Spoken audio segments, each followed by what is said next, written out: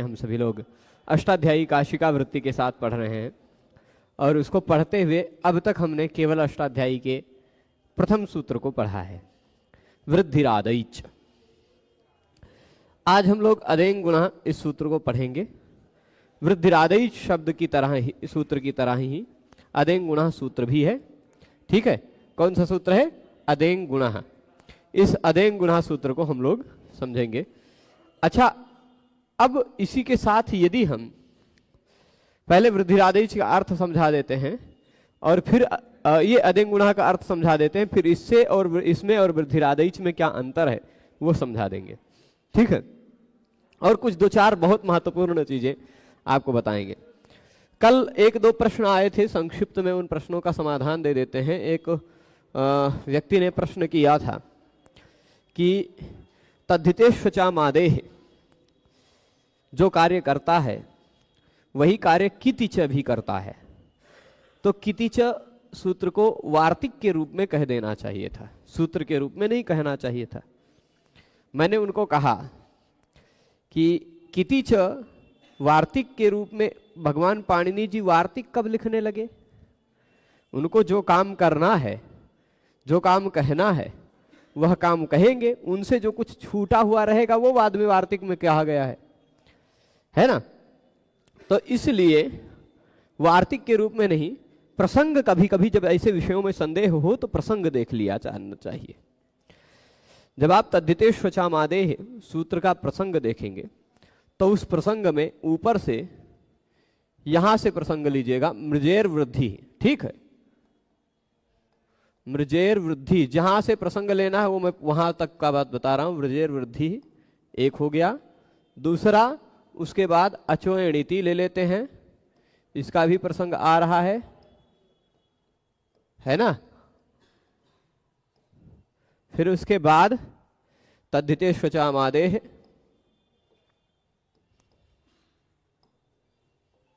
ठीक है। अब फिर उसके बाद कितिच।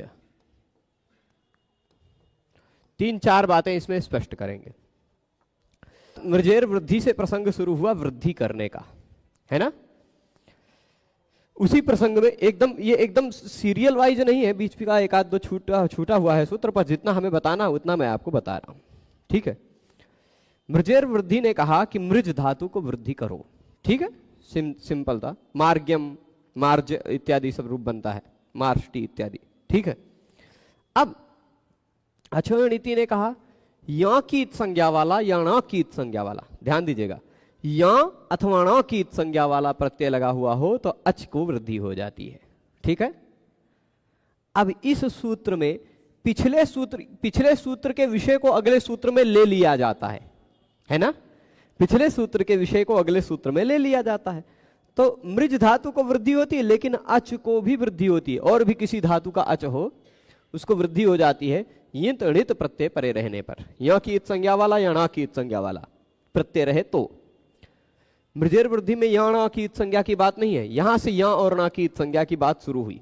अब तद्धितेष्वचा मादेह में भी वृद्धि की भी बात आ रही है, या और ना की भी बात आ रही है कि या और ना कीत संज्ञा हुई हो तो तद्धित में यदि या और ना की संज्ञा हुई हो तो पहले स्वर वर्ण की वृद्धि हो जाती है, ये इसने कहा। अब या और ना इस सूत्र में तो पाणिनि जी ने कहा नहीं है।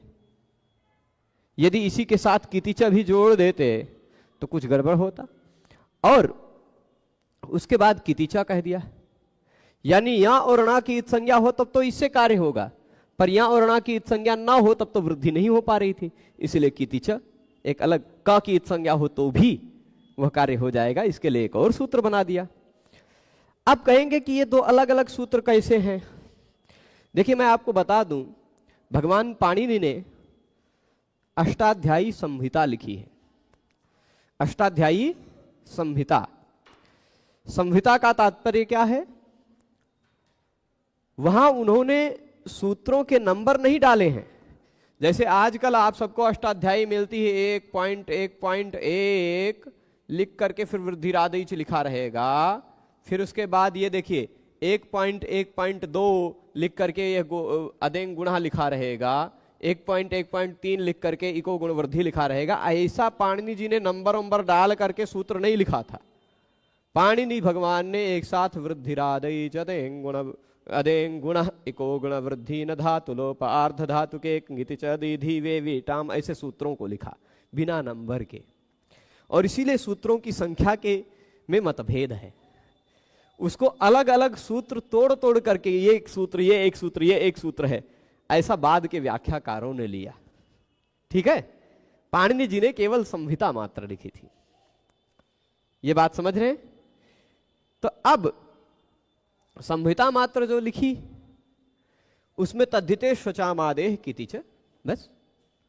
बाद में ये दोनों अलग अलग सूत्र हैं, ये बाद के व्याख्याकारों ने समझा। ठीक है, तो सूत्र कार्य के आधार पर एक और अनेक होते हैं, ये बात ध्यान रखना चाहिए। अब हम लोग आते हैं अदेंग गुणा पर। ठीक है, तो कभी भी ऐसे विषयों पर संदेह हो तो अष्टाध्यायी में उसका प्रसंग देख लिया जाना ठीक रहता है। अब चलिए, कह रहे हैं साफ नहीं दिख रहा है, एक व्यक्ति कह रहे हैं प्रभु साफ नहीं दिख रहा है, तो आप प्रयास करें कि अपने मोबाइल में वीडियो की क्वालिटी बढ़ा लें।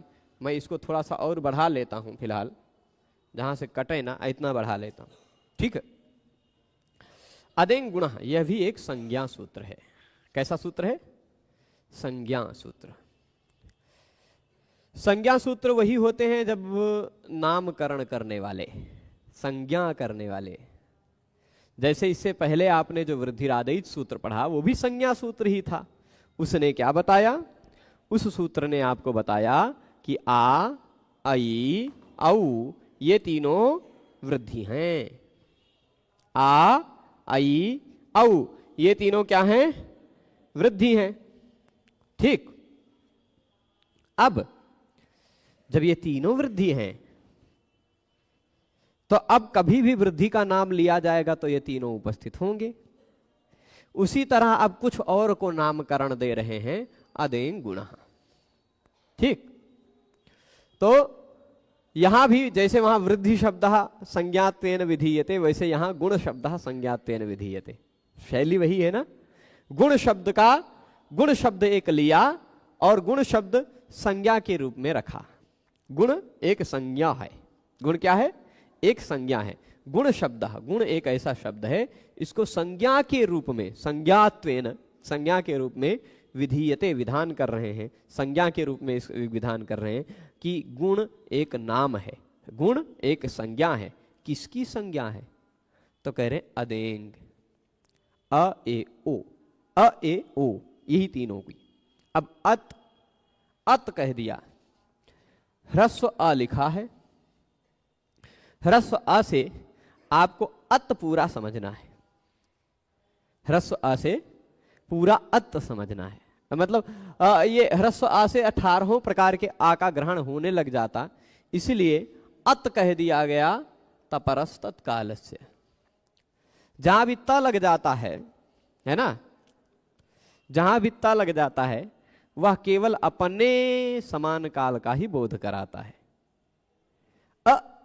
अ मेरी त न लगा होता तो आ से बड़ा आ का भी बोध होता और प्लुत वाले आ का भी बोध होता।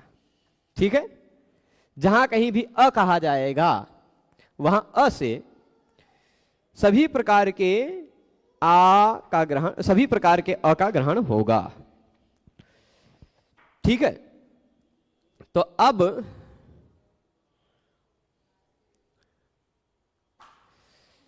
ये जो पीडीएफ आपने कहां से खोजी? प्रभु हमने तैयार करवाई है, खोजी नहीं है। हमारे एक छात्र हैं शिवम जी, उन्होंने टाइप किया है स्कैन कर करके। आप लोग भी टाइप करके भेजना चाहें तो भेज सकते हैं, शुद्ध होना चाहिए, हम पढ़ाएंगे उसी से लेके।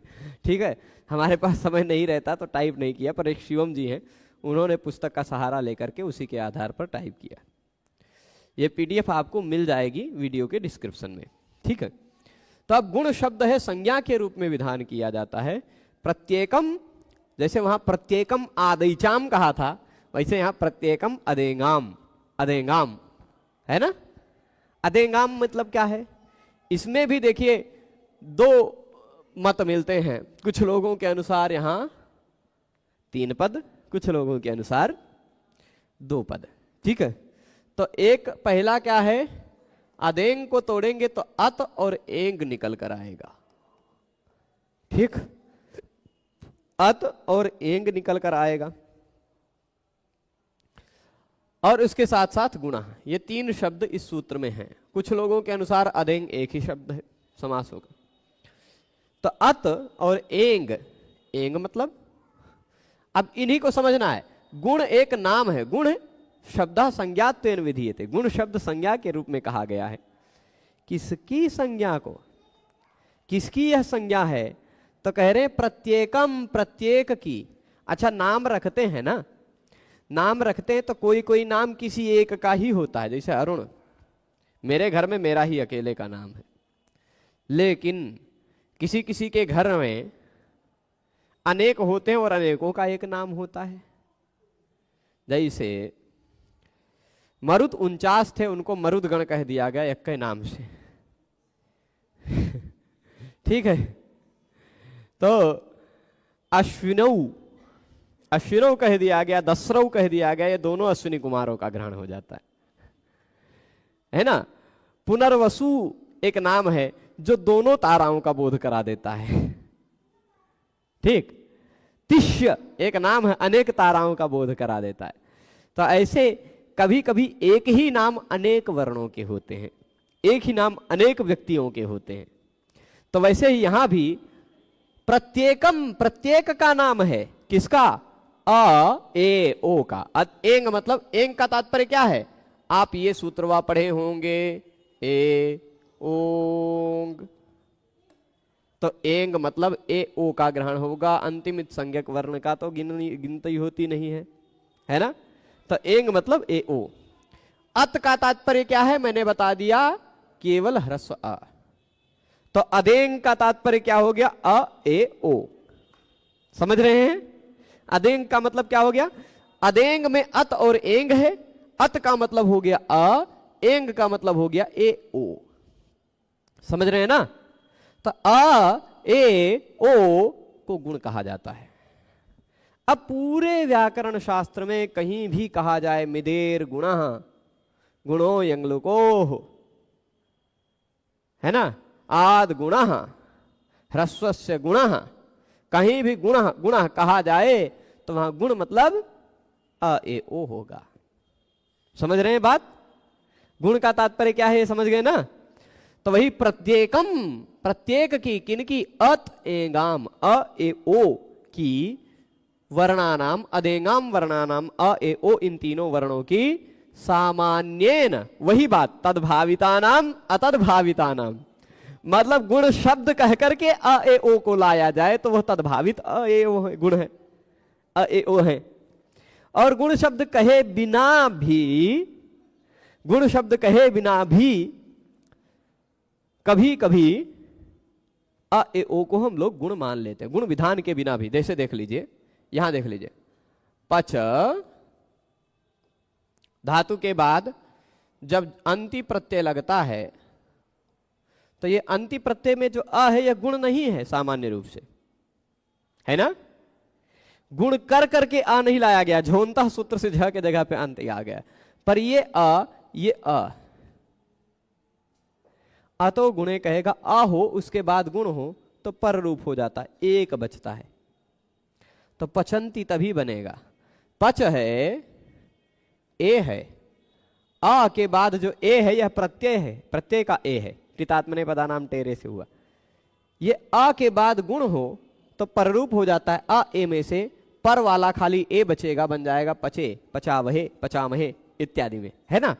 तो गुण जो होता है वह गुण कभी कभी गुण करो ऐसा कह करके लाया जाता है गुण को, और कभी कभी अपने आप स्वाभाविक रूप से अ आया रहता है या ए आया रहता है या ओ आया रहता है, उसको हम लोग गुण के नाम से जान लेते हैं।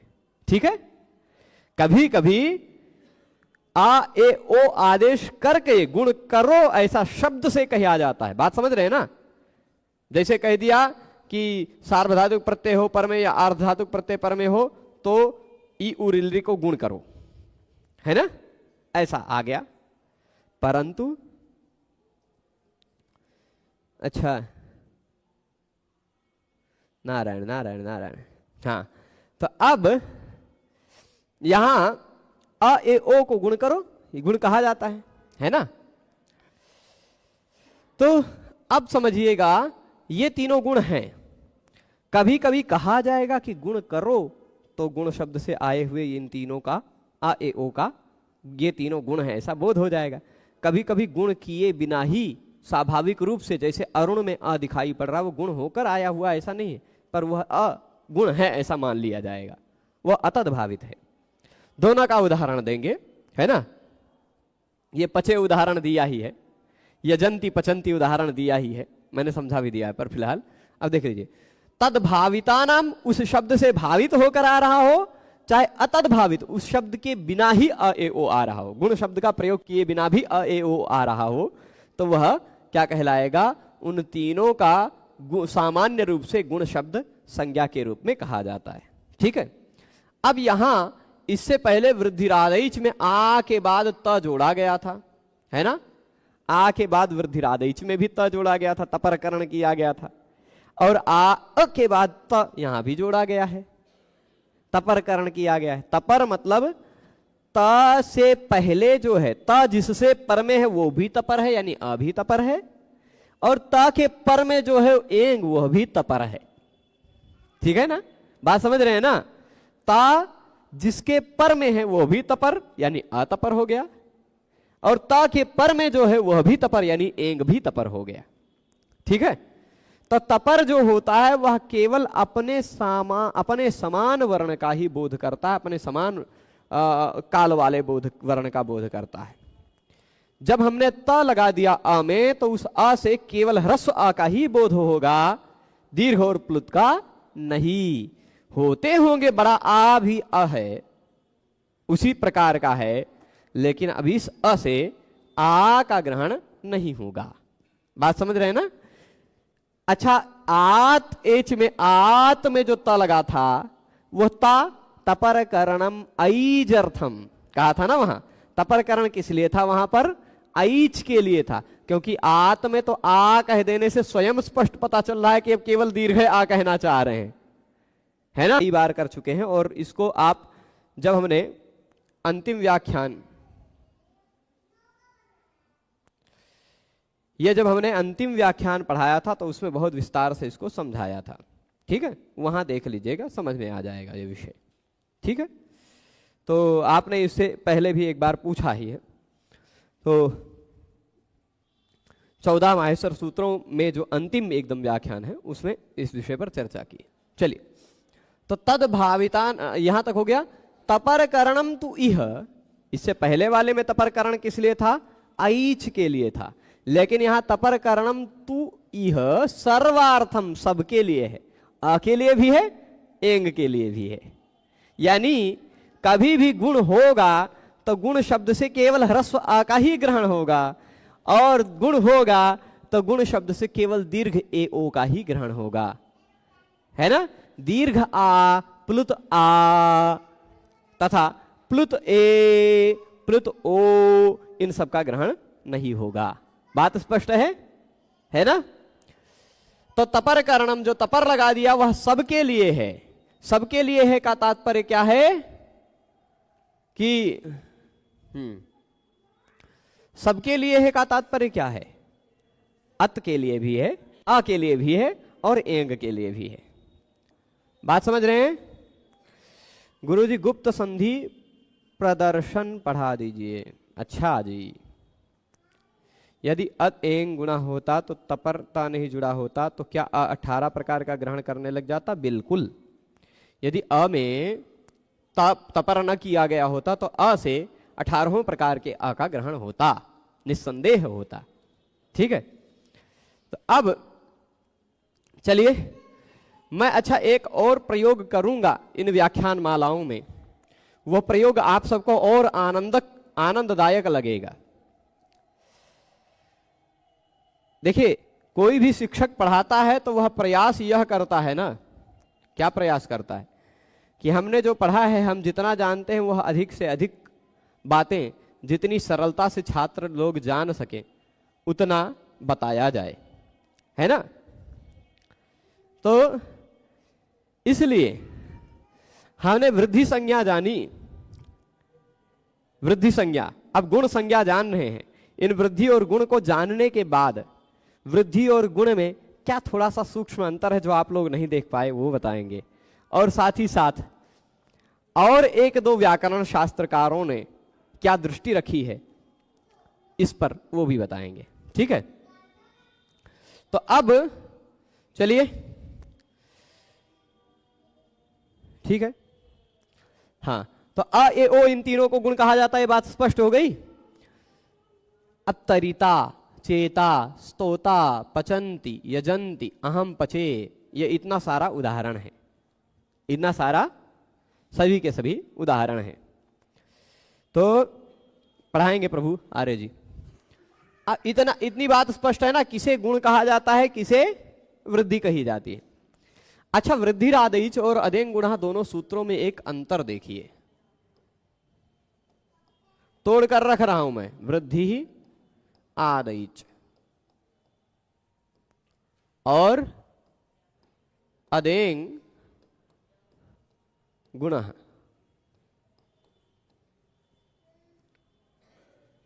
कुछ अंतर दिख रहा है इसमें, कहेंगे पूरे पूरा अंतर दिख रहा है आप लोगों को, लेकिन यहां आदैच बाद में है, यहां अदेंग पहले है। यह अंतर साफ साफ दिख रहा है कि नहीं? यहां वृद्धि जो संज्ञा है वो पहले कह दी गई, यहां गुण जो संज्ञा है वो बाद में कही गई। कारण कोई चिंतन करना चाहेगा तो ह्रस्व इति तु भाषायाम प्रामादिक प्रयोगः, ह्रस्व इति तु भाषायाम, ठीक है, नास्ति चिंता। तो अब यहां क्या कह रहे हैं कि वृद्धि को पहले और गुण को बाद में।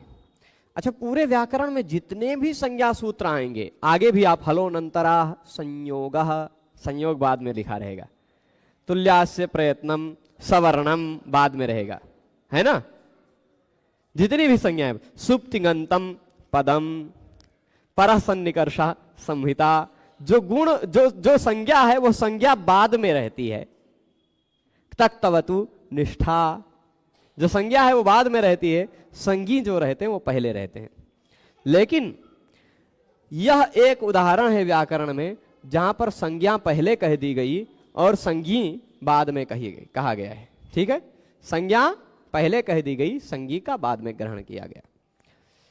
केवल व्याकरण में दो जगह है मेरी दृष्टि में, एक ये है और एक अप्रिक्त संज्ञा वाला सूत्र है।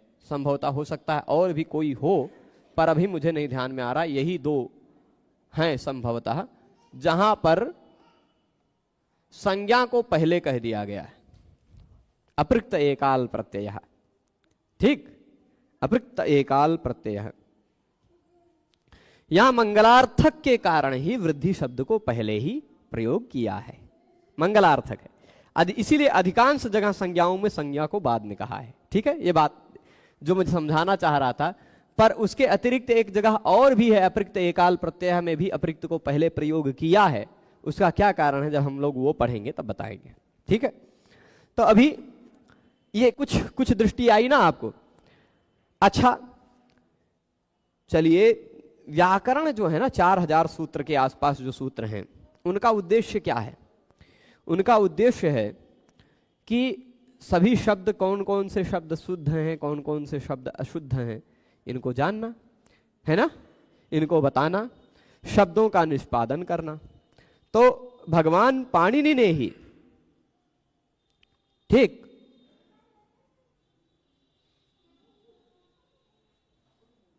तो अब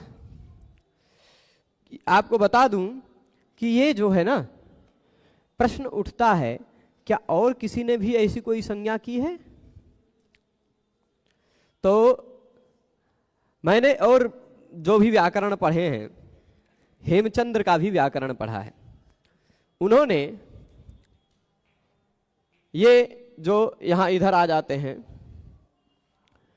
वृद्धिरादैच सूत्र कहा है, इन्होंने भगवान पाणिनि ने सूत्र लिखा है वृद्धिरादैच। उसके साथ कंपेयर कर लेते हैं साथ ही साथ जल्दी से।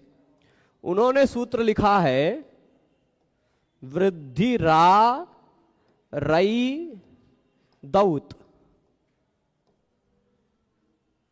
वृद्धि रा रई दौत, ये हेमचंद्र का सूत्र है। हेमचंद्र सिद्ध हेम शब्दानुशासनम में, हेमचंद्र के व्याकरण में। उनके अनुसार वृद्धि किसे कहा जाता है? आ, आर, ए, ऐ और औ, इन चारों को कहा जाता है वृद्धि। यहां वृद्धि आ आर है ना, आ आर ऐत औत, ये इनका तात्पर्य है। एक और व्याकरण मैंने देखा है, जो व्याकरण है हरिनामामृत व्याकरण, गौड़ीय संप्रदाय का है, श्रील जीव गोस्वामी ने लिखा है। उनका सूत्र बहुत बड़ा है। ये वृद्धिरारई दौत आप देखेंगे हेम सिद्ध हेम शब्दानुशासनम में पहले अध्याय में नहीं है, प्रारंभ में नहीं, तीसरे अध्याय में है वहां।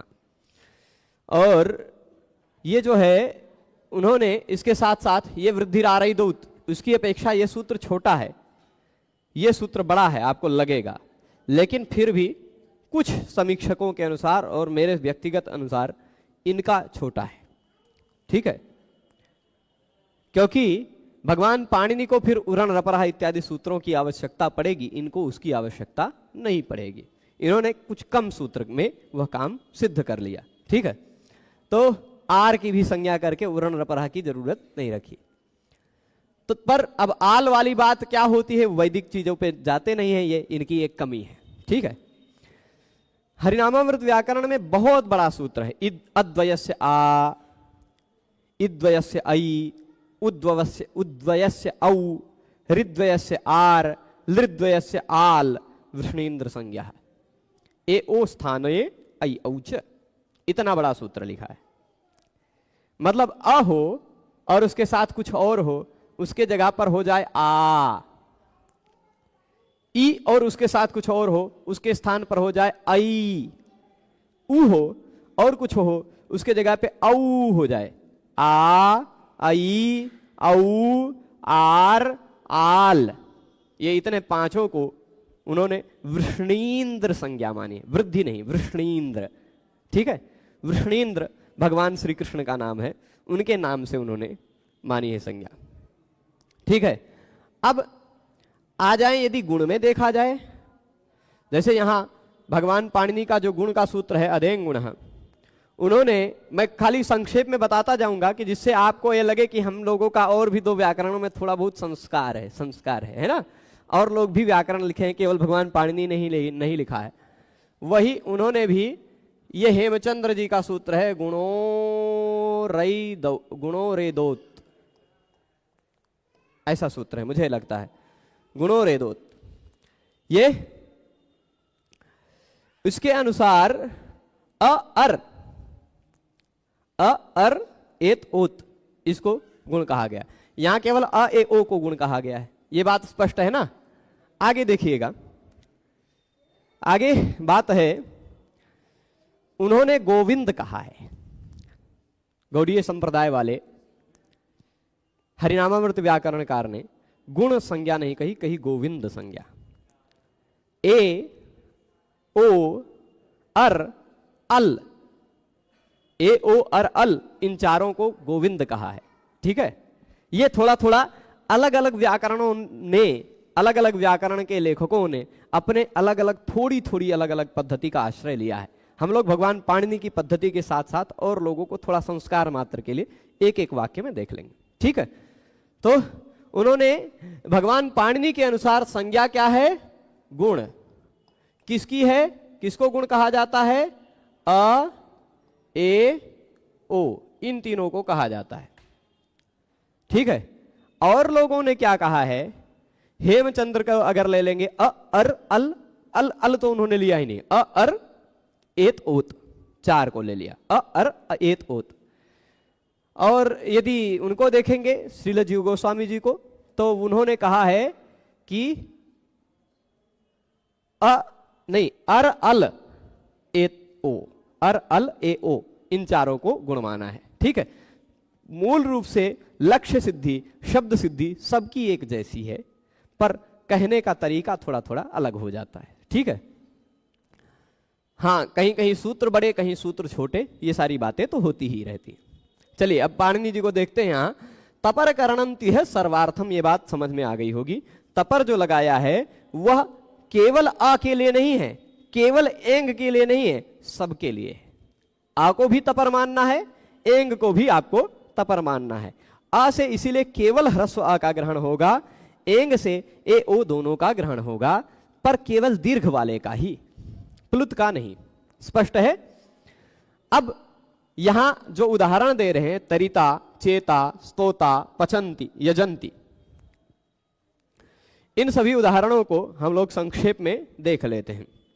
अभी जब धातु की प्रक्रिया की सिद्धि इत्यादि देखेंगे हम लोग तो और विस्तार से जानेंगे। आज मैं पेज नंबर बताना भूल गया, पेज नंबर उसके आगे आप लोग अपने आप ले लीजिएगा, पेज नंबर 16 है ना। तो तरिता को जो 16 नंबर पेज में विस्तार से दिया है, पुस्तक आप लोगों को मिल जाएगी तो आप लोग उससे देखिएगा विस्तार से। मैं संक्षेप में जो गुण वाली बात है वह आपको समझा देता हूं, है ना। मूल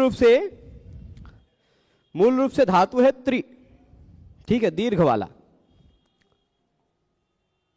ये ऐसा है, दीर्घ वाला त्रि धातु है। तो में नीचे दीर्घ री लगा है, और उसके बाद त्रिच प्रत्यय लगा लीजिए तो भी बनेगा, त्रिच प्रत्यय वाला ही बनाते हैं, है ना। लुट लकार में भी तरिता ही बनेगा, पर त्रिच प्रत्यय लगाकर बनाते हैं इस पे। अच्छा, जैसे कर्तृ शब्द है, भर्तृ शब्द है, मातृ शब्द है, मातृ शब्द के जगह पे माता हो जाता है, पितृ पिता हो जाता है, त्रिता हो जाता है। उसी तरह वो कैसे होगा वो सब हम भविष्य में विस्तार से पढ़ेंगे। पितृ पिता बन जाता है, भ्रातृ भ्राता बन जाता है, यानी त्रि जो है वह ता बन जाता है। तो यहां जो त्रिच प्रत्यय लगा है वह ता बन जाएगा, ता के रूप में परिवर्तित हो जाएगा। इतनी बात ध्यान रख लीजिए, ता प्रत्यय समझ लीजिए। अभी इतना ही समझिए कि ता प्रत्यय लगा, भविष्य में आपको बताएंगे कि त्रिच प्रत्यय लगा है, त्रिच प्रत्यय में त्रि को ता कैसे बना है वो सब हम जानेंगे भविष्य में। ठीक है, अब ये प्रत्यय लगता है तो ये धातु के बाद लगने वाले दो तरह के प्रत्ययों में से दो तरह के प्रत्यय हैं धातु के बाद लगने वाले, या तो वह सार्वधातुक है या तो वह आर्ध धातुक है। ठीक है, तो धातु के बाद लगने वाले प्रत्ययों में से ये आर्ध धातुक प्रत्यय की कोटि में आता है। मैं आपको बता दूं, तिप तस झी सिप थस थ मिप वस मस त आताम झ थास आथाम ध्वम इट वही महिंग, ये 18 प्रत्यय जो धातु रूप बनाने में, पठति पठता पठंती, गच्छति गच्छता गच्छन्ति इत्यादि बनाने में काम आते हैं, वो 18 प्रत्यय, तथा जिसमें श की संज्ञा हो गई, श ये वाला, जैसे शप, क्षत्रि, शानच, चानश, जिसमें भी श की संज्ञा हुई, वो सार्वधातुक हैं। उसके सिवाय मतलब उन 18 और इस प्रकार के प्रत्यय के अतिरिक्त कोई भी प्रत्यय है धातु के बाद लगा है तो वह आर्ध धातुक है। यह उसी तरह का आर्ध धातुक प्रत्यय है। आर्ध धातुक प्रत्यय लगे रहने पर यहां इट आगम भी हो जाता है, इट आगम, है ना। यहां आर्ध धातु का सेठ वाला आदेश से इट आगम होगा, ई पहले जुड़ जाएगा, इता प्रत्यय हो गया, समझ लीजिए अब, है ना। जैसे भविता, पठिता इत्यादि बनता है वैसे ही। तो इता समझ लीजिए प्रत्यय है, त्रि यहां रि है। नियम है सामान्य रूप से सार्वधातुक आर्ध धातुकयो हो। क्या नियम है? सार्वधातुक आर्ध धातुकयो हो। वह नियम कहता क्या है कि धातु के बाद, ये धातु के बाद कोई भी प्रत्यय लगा हुआ हो, चाहे वह सार्वधातुक हो चाहे आर्ध धातुक हो, ठीक, धातु के बाद प्रत्यय लगा हुआ हो, चाहे वह सार्वधातुक चाहे वह आर्ध धातुक, और उससे पहले धातु का अंतिम वर्ण, धातु का अंतिम वर्ण इ उ रि लि, ये 4 स्वर वर्णों में से कोई हो, तो उस धातु के अंतिम वर्ण के स्थान पर गुण हो जाता है। ठीक है, धातु का अंतिम वर्ण क्या हो? इ उ रि लि। अच्छा, सभी उदाहरण मैं देख लेता हूं, खाली त्रि इता नहीं है, ची धातु है, मान लीजिए ची, और उसके बाद ता प्रत्यय है। कहीं कहीं यही ता प्रत्यय इता हो जाता है, कहीं कहीं ता रह जाता है, वह कैसे रह जाता है, जब इडागम प्रक्रिया समझेंगे तब अंतर समझेंगे, है ना। कहीं कहीं केवल ता रह जाता है, कहीं कहीं वह इता बन जाता है। और इसी तरह स्तु धन ता, ऐसा है। संक्षेप रूप में समझ रहे हैं हम लोग गुण की बात को। तो अब होगा क्या, धातु के बाद कोई सार्वधातुक या आर्धधातुक कोई भी प्रत्यय हो, धातु के बाद कोई भी प्रत्यय लगा हुआ हो तो क्या होता है, धातु और प्रत्यय में जो धातु है उस धातु के अंतिम वर्ण के रूप में, अंतिम वर्ण के रूप में क्या आता हो, ई, उ, रे और ले, इन चारों में से कोई आता हो धातु के अंतिम वर्ण के रूप में, तो फिर यदि इन चारों में से कोई वर्ण ये धातु के अंतिम वर्ण के रूप में आता है तो उसके स्थान पर गुण हो जाया करता है। ठीक है। अब आप देखें यहां पर भी वही बात दिखाई पड़ रही है, री है अंतिम वर्ण के रूप में, यहां भी ई है अंतिम वर्ण के रूप में, ची में ई पहले है चा बाद में, ऐसा मत देखिएगा, लिखने में है। ऐसा होता तो आप इच बोलते होते, ची बोलते, ची मतलब च पहले ई बाद में, है ना। वो लिपि की एक पद्धति है कि लिपि में पहले मात्रा चढ़ जाता है, कहीं कहीं पहले चढ़ जाता है, कहीं कहीं बाद में चढ़ जाता है, वो लिपि की पद्धति है। पर है वहां, यहां च के बाद ई है, यहां त के बाद उ है, अंतिम अक्षर यहां री है, यहां अंतिम अक्षर ई है, यहां अंतिम अक्षर उ है ना। तो धातु का अंतिम अक्षर ई उ रिलरी हो तो उसके स्थान पर हो जाता है गुण। यानी अब आपको पता चला कि त्रि में जो री है उसको भी होगा क्या, गुण। ची में जो ई है उसको भी होगा गुण।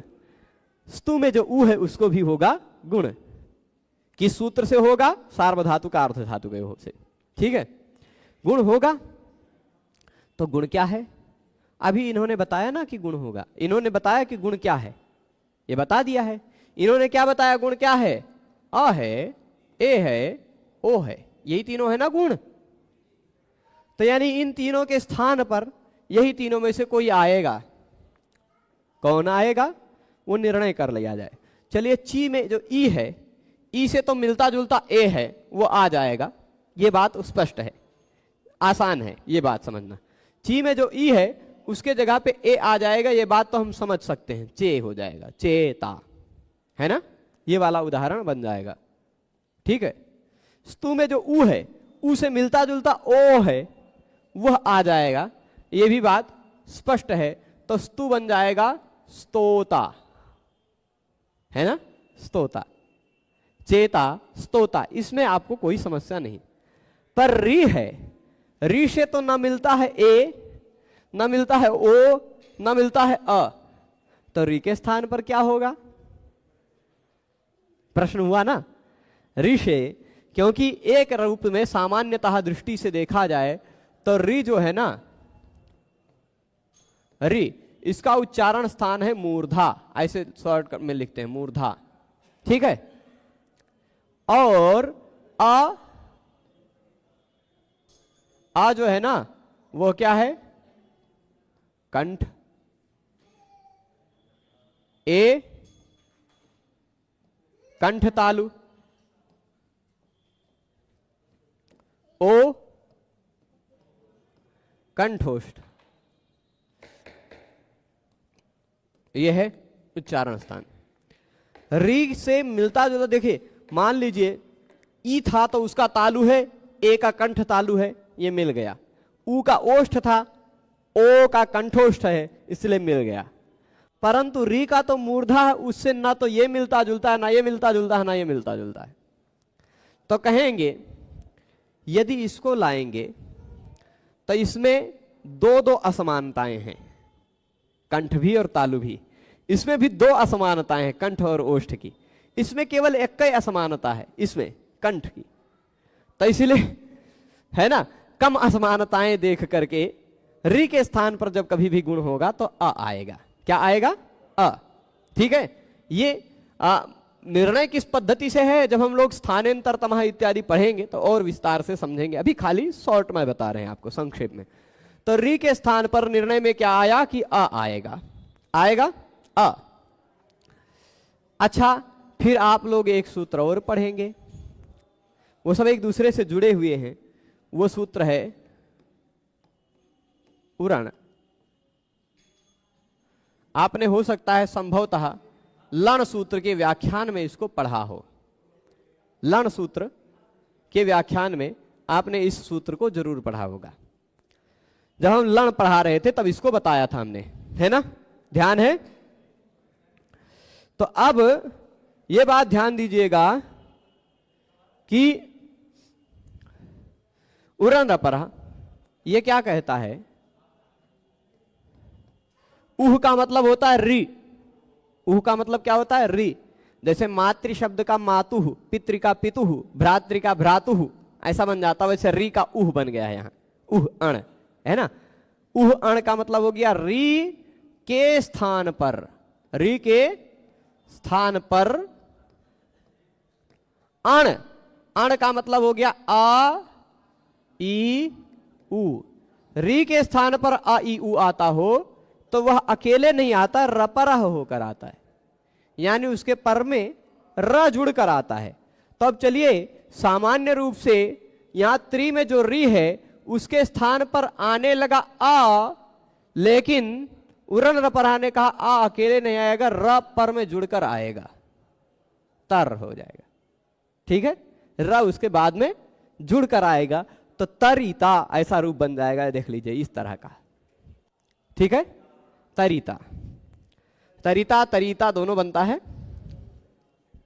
पर अभी सामान्य रूप से तरीता हम देख रहे हैं। तरीता, चेता, स्तोता, ये तीनों जान गए ना? ये तीनों उदाहरण तदभावित के हैं, जहां गुण होगा ऐसा कह करके गुण को लाया गया है ना? जहां गुण करो ऐसा कह करके अ ए ओ को लाया गया है, उसका उदाहरण 3 दे दिया। और जहां गुण करो ऐसा कहे बिना गुण को लाया गया है, उसका भी उदाहरण अब दे देते हैं, है ना? तो हाँ, पचंती यजंती ये दोनों उदाहरण एक ही प्रकार के हैं। पच धातु है, इसमें शप प्रत्यय का आ जुड़ जाता है तो पच पूरा हो जाता है, मान लीजिए। उसके बाद जब बहुवचन का, प्रथमा बहुवचन का प्रत्यय प्रथम पुरुष बहुवचन का अंति लगा है, पच अंति, और उसी तरह यज अंति।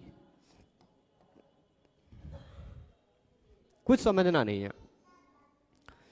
सामान्य रूप से धातु की प्रक्रिया में, ठीक है, सामान्य रूप से किसकी प्रक्रिया में? धातु की प्रक्रिया में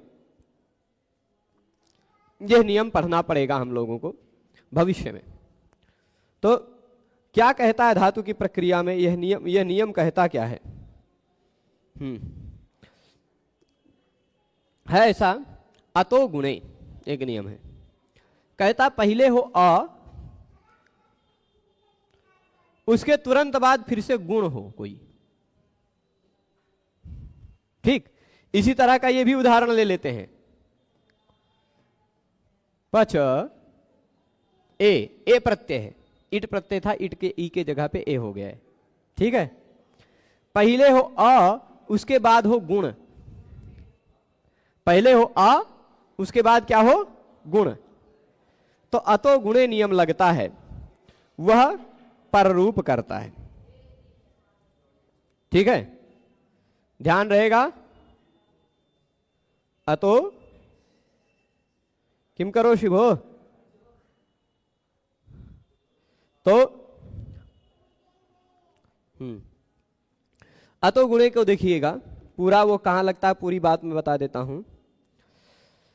वह जो अ होना चाहिए वो किसी शब्द के बीच में होना चाहिए, किसी शब्द का अंतिम वर्ण ना हो, किसी शब्द के अपदांत अ होना चाहिए।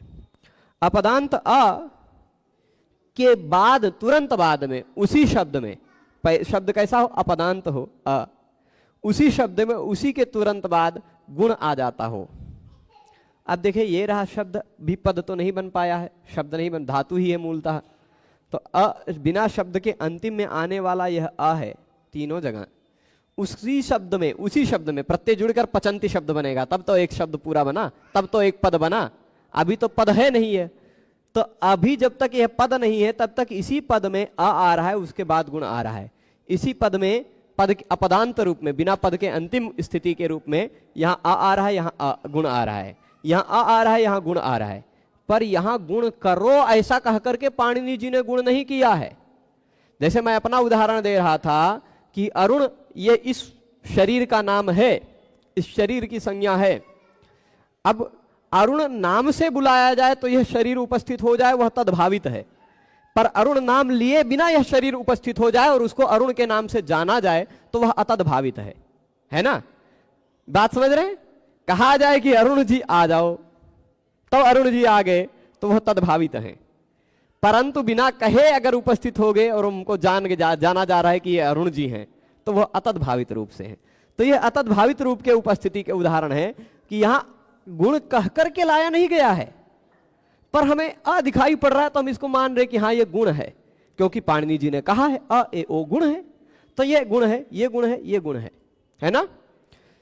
ह्रस्व आ के बाद गुण आता हो तो केवल बाद वाला वर्ण बचता है, ह्रस्व आ पर वाले वर्ण में मिल जाता है, अतो गुणे से पर रूप हो जाता है। तो इस आ और इस आ में से यह बाद वाला आ बचेगा, पहला आ उसी आ में सम्मिलित हो जाएगा, तो पचंती रूप बनेगा, यजंती बनेगा। यहां आ और ए में से बाद वाला ए बचेगा, यह वाला आ उसी में सम्मिलित हो जाएगा, तो पचे बनेगा। ठीक है? तो ये पचंती, यजंती और पचे हो जाएगा। अब ये तो हमने जाना सामान्य रूप से कि गुण होता है और वृद्धि होती है। हमने अब तक जाना कि अ ए ओ इन तीनों को कहा जाता है गुण, चाहे वह अतद्भावित हो चाहे वह तद्भावित हो। हमने यह जाना कि आ आई औ इन तीनों को कहा जाता है वृद्धि, चाहे वह तद्भावित हो चाहे वह अतद्भावित हो। ठीक?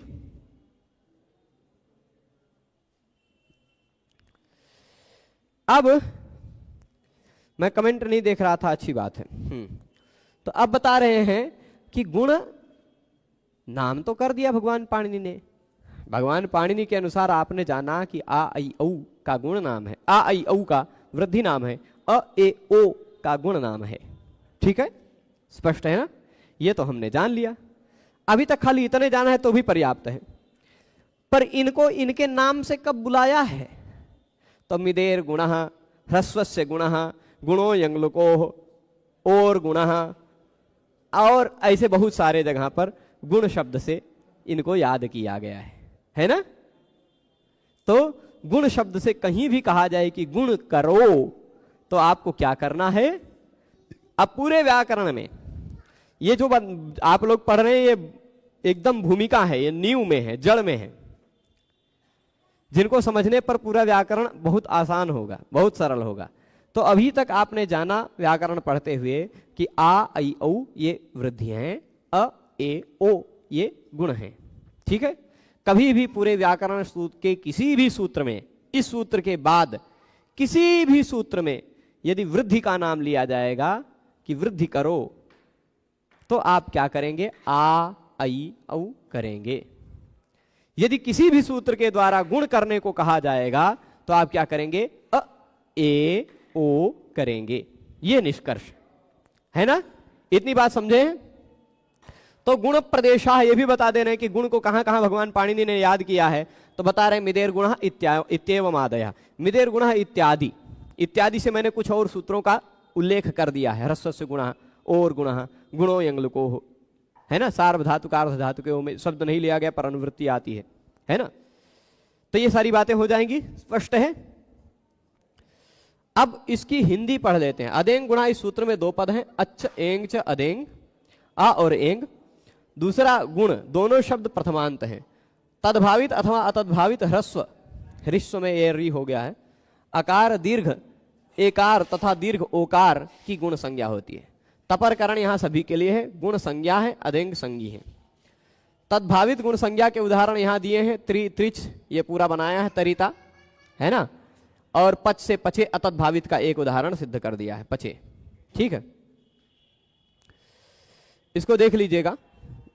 अच्छा, ये पीडीएफ कहां मिलेगा? कोई भी जो लोग वीडियो देख रहे हैं, वीडियो में मोर लिख रहा होगा, उसी मोर पर टच करते ही आराम से आपको इस पीडीएफ का लिंक मिल जाएगा। अब अगला सूत्र आता है इको गुण वृद्धि। तीसरा सूत्र है। यह सूत्र परिभाषा सूत्र है। कौन सा कैसा सूत्र है वो यहां लिखा हुआ मिल जाएगा। और आपको ये सब पहला पाद पढ़ते पढ़ते, दूसरा पाद पढ़ते पढ़ते आपको बहुत अच्छे से समझ में आ जाएगा कि कौन होता है संज्ञा सूत्र, कौन होता है परिभाषा सूत्र, कौन सा होता है विधि सूत्र, कौन सा होता है नियम सूत्र, कौन सा होता है अतिदेश सूत्र, किस प्रकार के कार्य करने वाले को हम लोग अधिकार सूत्र कहते हैं। सारी चीजें बहुत आराम से समझ जाएंगे। तो ये अब अभी तक हमने 2 सूत्र पढ़े, वो दोनों संज्ञा सूत्र थे। अब आ रहा है परिभाषा सूत्र। ये परिभाषा सूत्र इको गुण वृद्धि। अब प्रश्न होता है कि गुण अ ए ओ है, वृद्धि आ आई औ है। ठीक है, मैंने और 2 व्याकरणों का संकेत कर दिया कि गुण को और वृद्धि को, गुण और वृद्धि इन्हीं शब्दों से हेमचंद्र ने जाना है, सूत्र थोड़ा सा अलग बना दिया है। पर गुण और वृद्धि इन दोनों को वृष्णींद्र और गोविंद, इन 2 अलग नामों से, गोविंद और वृष्णींद्र, इस क्रम से यदि गुण वृद्धि क्रम से देखा जाए, वृद्धि और गुण क्रम से देखा जाए, तो वृद्धि को वृष्णींद्र और गोविंद को, गुण को गोविंद, इन 2 नामों से जाना है। ठीक है, तो अब गुण और वृद्धि तो जान गए, पर अब संदेह हुआ। संदेह होने पर, जहां पर संदेह होता है वहां उस संदेह का निराकरण करने के लिए जो सूत्र आते हैं वो सूत्र कहलाते हैं परिभाषा सूत्र। ठीक है, तो जैसे मैं उदाहरण देता हूं, यहां क्रि ए प्रभु, चलिए यहां देखते हैं, अकारशीत, आहारशीत, अचैशीत, अनैशीत इत्यादि उदाहरण दिया है, कोई दिक्कत नहीं। यहां देखिए, कभी भी कहा जाए क्रि धातु है, ठीक,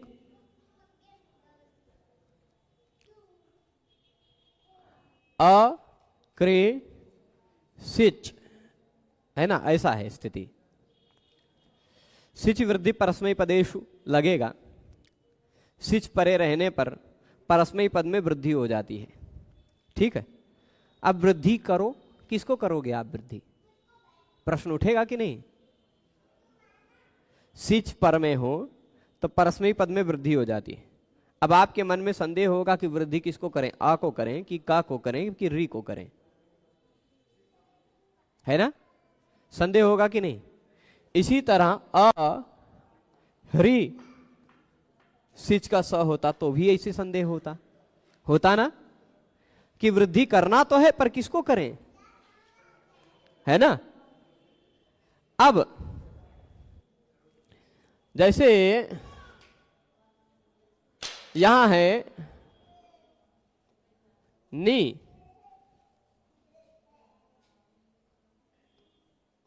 अ ती, ऐसी स्थिति है। यहां कह दिया कि गुण करो, पर गुण आप में संदेह होगा कि किसको गुण करें, ना को गुण करें कि ई को गुण करें, किसके स्थान पर गुण करें, संदेह होगा कि नहीं। वह गुण कहां करना है, वृद्धि कहां करनी है, इस स्थिति में संदेह का, इस स्थिति में अनिर्णय का निर्धारण करने के लिए, निर्णय करने के लिए सूत्र बनाया गया है। निर्णय करने के लिए सूत्र है। कहीं भी कहा जाए कि गुण करो, कहीं भी कहा जाए कि वृद्धि करो, तो वह गुण करो और वृद्धि करो वह किसी के भी वर्ण के स्थान पर नहीं हो सकता। ऐसा नहीं है कि आप यहां क के जगह पर वृद्धि कर सकते हैं, ऐसा नहीं है कि यहां अ अथवा ह के जगह पर वृद्धि कर सकते हैं। कभी भी कहा जाए कि गुण करो या वृद्धि करो तो आप गुण और वृद्धि केवल एक को ही करो, यह कहने का तात्पर्य है। गुण और वृद्धि कभी भी अगर यदि कहा जाए कि गुण होगा या वृद्धि होगी, तो गुण और वृद्धि होगी तो, पर किसको होगी, इक को होगी। इक क्या है, इक क्या है, ई उ रि लृ। जहां भी आपको गुण करने को कह तो दिया जाए भगवान पाणिनि के द्वारा, पर किसके स्थान पर किया जाए यह निर्णय ना हो, वहां आपको निर्णय करने के लिए सूत्र काम आएगा कि ई कभी भी गुण करा जाए, कभी भी वृद्धि की जाए, यदि विशेष कोई नया नियम नहीं बताया गया है, विशेष वर्ण बता दिया गया हो कि यहां आ के जगह पे ही वृद्धि करो, यदि कह दिया गया हो, है ना, यदि कह दिया गया हो अतो उपधाया, उपधा में आने वाले अ की वृद्धि होगी, साफ साफ कह दिया है उपधा में आने वाले अ के स्थान पर वृद्धि होगी, तब बात अलग है। परंतु जहां किस वर्ण की वृद्धि होनी है यह नहीं कहा गया है साफ साफ, वहां पर आपको वृद्धि करनी है। जहां किस वर्ण के स्थान पर गुण करना है यह नहीं कहा गया है, निर्णय नहीं किया गया है, वहां आपको गुण करना है। तो ऐसी स्थिति में गुण और वृद्धि केवल इक के स्थान पर ही होगी। ये बात ये सूत्र कह रहा है। ठीक है, ये संज्ञा नहीं कह रहा है कि इसको गुण कहो, इसको वृद्धि कहो, ऐसा नहीं है। ये निर्णय बता रहा है। ये अव्यवस्था में कोई व्यवस्था की कल्पना कर रहा है, अनिर्णय में निर्णय प्रदान करने वाला यह सूत्र है, इसलिए यह परिभाषा सूत्र है। ठीक है, इस प्रजाति के सूत्र जो होते हैं, इस प्रकार के जो सूत्र होते हैं वो परिभाषा सूत्र होते हैं। इसको और विस्तार से हम लोग कल समझेंगे, तो उससे पता चलेगा कि यहां वृद्धि होगी तो इस री के स्थान पर होगी क्योंकि यही इक है। यहां गुण होगा तो ई के जगह पे होगा क्योंकि यही इक है। यहां वृद्धि होगी तो री के स्थान पर होगी क्योंकि यह इक है। तो री को आर होगा, री को आर होगा, ई को ए होगा, ने अति नयति इत्यादि बनेगा, अकारशीत आहारशीत इत्यादि बनेगा। वो सब कैसे बनेगा? वृत्ति सहित, शब्द सहित हम लोग अग्रिम व्याख्यान में पढ़ेंगे। ठीक है, इको गुण वृद्धि को भी पढ़ेंगे और उसके साथ साथ इको गुण वृद्धि के बाद फिर न धातु लोप आर्ध धातु के सूत्र समझने वाला है, उसमें बहुत बातें हैं, उन बातों को भी हम लोग कल पढ़ेंगे। ठीक है, आशा करता हूं ये व्याख्यान आप लोगों को आसान लगा होगा, सरल लगा होगा। देख लेते हैं कुछ प्रश्न है इक के स्थान पर। ठीक है, आप सभी लोग जुड़ते रहें और इसको क्रमशः पढ़ते रहें, नियमित रूप से अध्ययन करें। जो लोग पुस्तक स्वयं से नहीं क्रयण कर सकते हैं, नहीं खरीद सकते हैं, वो लोग यहाँ से पीडीएफ से देख सकते हैं, क्योंकि जो दूर बैठे हैं वो लोग मोबाइल में पीडीएफ से देख करके अध्ययन कर सकते हैं। ये पीडीएफ उपलब्ध हो जाएगी। यही पीडीएफ नहीं, ये पूरा होते होते तक हो सकता है, अभी इसमें केवल प्रथम पाद तक का ही टाइप है इस पीडीएफ में, तब तक द्वितीय पद का भी टाइप हो जाएगा तो द्वितीय भी मिल जाएगा। सब पूरी अष्टाध्यायी आपको मिलेगी। और जो लोग यहाँ ऑफलाइन में हैं, जिन लोगों ने मेरे द्वारा बताए गए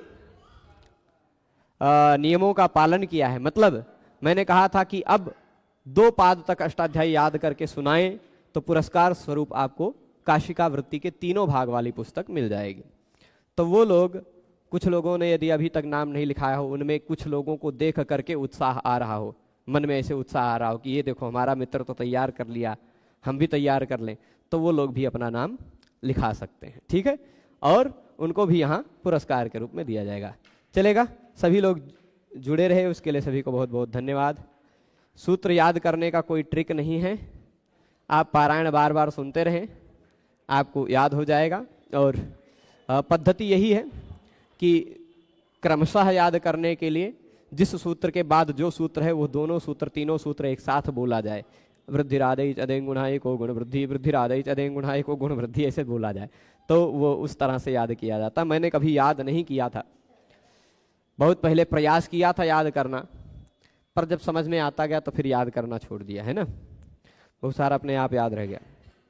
ठीक है, तो चलेगा सभी लोग। हाँ, ऑनलाइन वालों को पुस्तक नहीं मिलेगा। कल शिशुपाल वध की कक्षा होगी, कल क्योंकि अष्टमी है, कल व्याकरण नहीं पढ़ा जाएगा। कल शिशुपाल वध और श्रीमद् वाल्मीकि रामायण ही पढ़ा जाएगा। ठीक है, ऑनलाइन करने वालों को पुरस्कार प्राप्त हो सकती है अगर 83,000 में से जो सामर्थ्यवान सज्जन है। अच्छा, ठीक है। अरे प्रभु, ऐसा कोई आपस में वो लोग कौन कैसे एक दूसरे से संपर्क करेंगे, तो ऐसी कोई पद्धति नहीं है। आप लोग स्वयं से ले सकते हैं, अन्यथा आप यहाँ सामने से आकर के पढ़ें तो आपको मिल सकती है। ठीक है, चलेगा। आज अभी कितना बज गया? 7 बज चुका है, तो अभी आज रहने देते हैं। श्रीमद् वाल्मीकि रामायण की कक्षा को भी आज रहने देते हैं, 7 बजने वाला है। चलिए, ठीक है। श्रीमद् वाल्मीकि रामायण हम लोग 4-5 मिनट में लाइव आ रहे हैं। ठीक है।